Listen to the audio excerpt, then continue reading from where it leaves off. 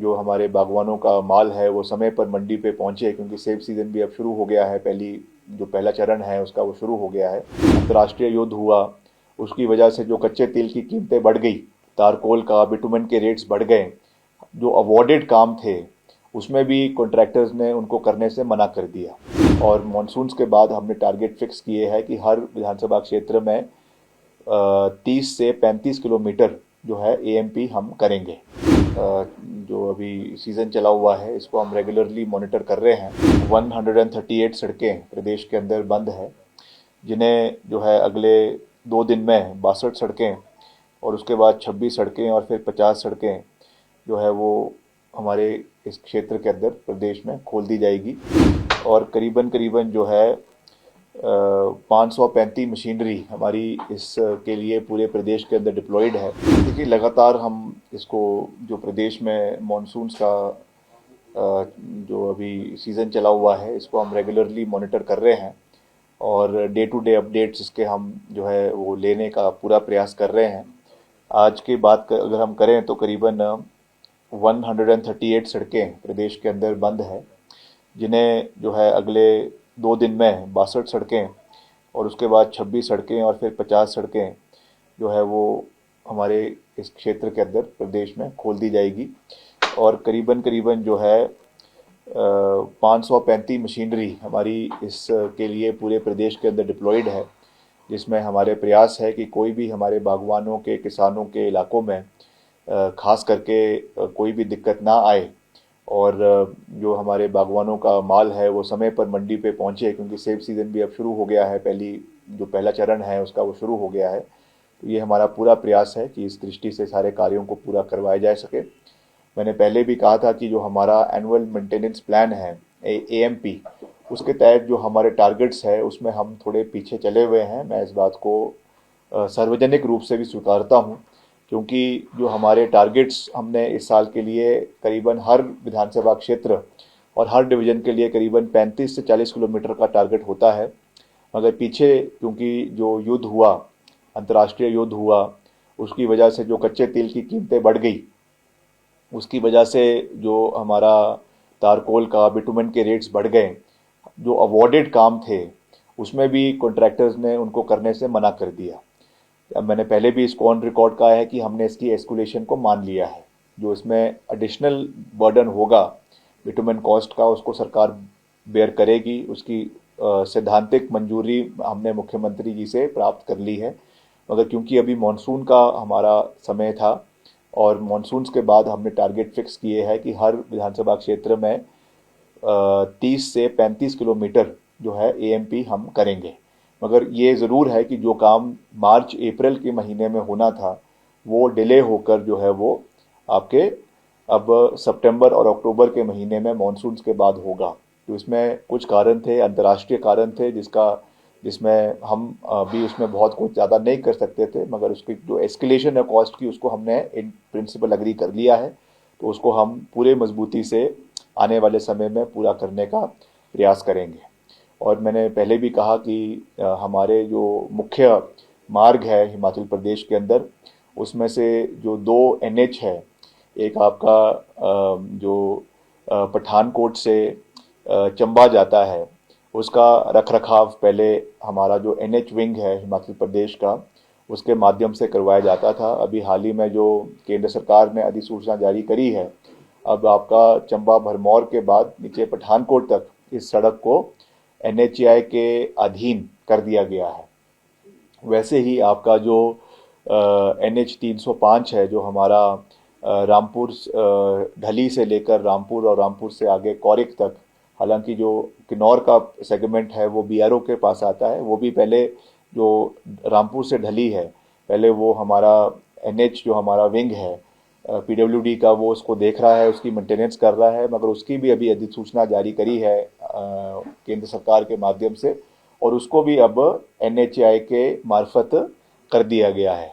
मगर उसमें हमें 4 लेनिंग की जो है वो अनुमति प्राप्त हो गई है। ये हिमाचल प्रदेश के लिए बहुत, और ख़ास करके हमारे ज़िला शिमला के लिए बहुत ही महत्वपूर्ण सड़क है, जो हमारे कुमारसन, ठियोग और रामपुर और आगे किन्नौर और आनी के क्षेत्र को जोड़ती है। तो इसका 4 लेनिंग का प्रोसेस शुरू हो रहा है। इसमें हमारा पूरा प्रयास है कि हमारा मैक्सिमम टनल्स का निर्माण हो। इस चीज़ के लिए मैंने अभी कुछ ही दिन पहले NHAI के अधिकारियों के साथ भी बैठक करी है और उनको भी हमने इसमें सख्त निर्देश दिए हैं कि मैक्सिमम हम इसमें टनल्स का निर्माण करवाएंगे, ताकि कम से कम इसमें नुकसान हमारे बागवानों का, वहाँ के लोगों का हो, क्योंकि हम इस चीज़ को पहले ही भुगत चुके हैं। जो चीज़ें हमारी कुल्लू में हुई, मनाली में हुई, जिस तरीके से पंडोह में पूरे का पूरा NH नीचे आ गया, तो हम नहीं चाहते कि ये चीज़ें हमारे शिमला जिला के अंदर भी हो। इसलिए 4 लेन होगा, मगर उसको हम पैरेलली एक टनल के माध्यम से होगा और एक जो हमारा एग्जिस्टिंग रोड है, और बीच में उनको जोड़ने की प्रक्रियाएं जगह जगह पे जहाँ हमारे मुख्य सेंटर्स है, हमारे छोटे कस्बे हैं, वहाँ पे उनको इंटरकनेक्टिविटी दोनों सड़कों को दी जाएगी, ताकि जिसने भी उसमें 2 वे या 4 वे करना है उनको उसमें आसानी हो। और टूरिज़्म की वृद्धि भी उस क्षेत्र के अंदर आने वाले समय में एंटिसिपेटेड है, तो उसको भी उसका बल मिलेगा। तो ये भी हमारे लिए बहुत महत्वपूर्ण है। इसके अलावा हमारे PMJSY के कार्य पूरे प्रदेश में चले हुए हैं। आप जानते हैं कि करीबन 2300 करोड़ रुपए अभी हमको हाल ही में मिले हैं। आज ही मैंने उसकी रिव्यू बैठक करी है और उसमें हमारे सारे काम जो है वो 235 वर्क्स है टोटल, 294 वर्क्स है जो सारे के सारे अवार्ड हो चुके हैं। उसमें से कुछ हमारे मसले हैं जो हमारे हाई कोर्ट में कॉन्ट्रैक्टर्स गए हुए हैं और माननीय सुप्रीम कोर्ट में गए हुए हैं, क्योंकि हमने उसमें एक कंडीशन लगाई है। आप जानते हैं, काफ़ी बहुचर्चित भी है। हमने डिपार्टमेंट के माध्यम से ये निर्णय लिया है कि एक ठेकेदार को हम 7 कामों से ज़्यादा काम अलॉट नहीं करेंगे। तो उस पर कुछ वर्क्स के ऊपर या कुछ कारणों की वजह से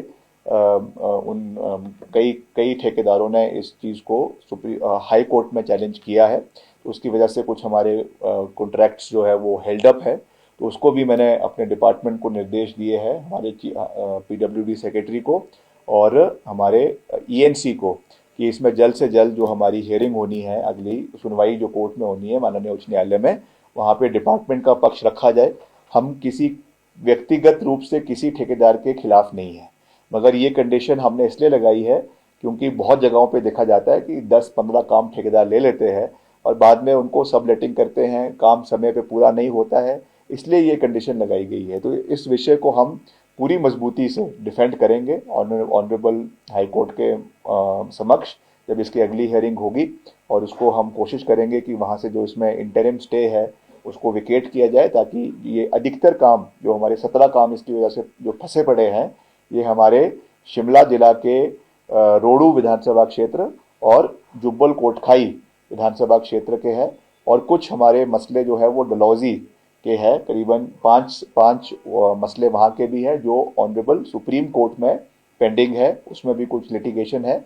बाकी सारे हमारे 294 वर्क्स जो है वो अवार्ड हो चुके हैं। ये 17-5 ये काम है जो ऑनरेबल सुप्रीम कोर्ट और हाई कोर्ट के विचाराधीन है, उसकी वजह से इसके काम शुरू नहीं हो पाए हैं। तो उसमें भी हम पूरा प्रयास कर रहे हैं कि जल्द से जल्द इसमें हमारी जो सुनवाई है वो कोर्ट्स में हो, ताकि वहाँ से जो इनको इंटरिम रिलीफ मिला है कॉन्ट्रैक्टर्स को, उस पर सरकार की पक्ष को भी सुना जाए और उसमें निर्णायक निर्णय जल्द हो, ताकि इन कामों को हम समय पे पूरा कर सकें, समय पे शुरू करें और पूरा करें।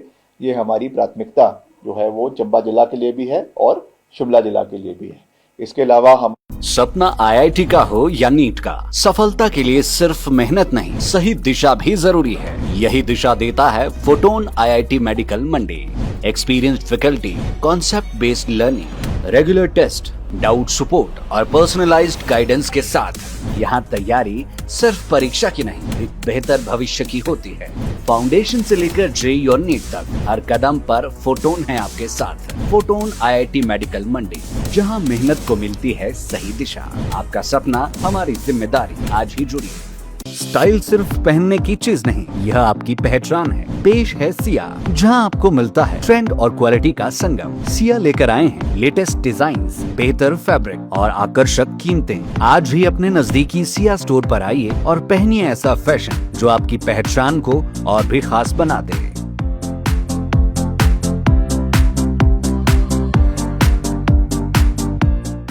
स्टाइल सिर्फ पहनने की चीज नहीं, यह आपकी पहचान है। पेश है सिया, जहां आपको मिलता है ट्रेंड और क्वालिटी का संगम। सिया लेकर आए हैं लेटेस्ट डिजाइन्स, बेहतर फैब्रिक और आकर्षक कीमतें। आज ही अपने नजदीकी सिया स्टोर पर आइए और पहनिए ऐसा फैशन जो आपकी पहचान को और भी खास बना दे।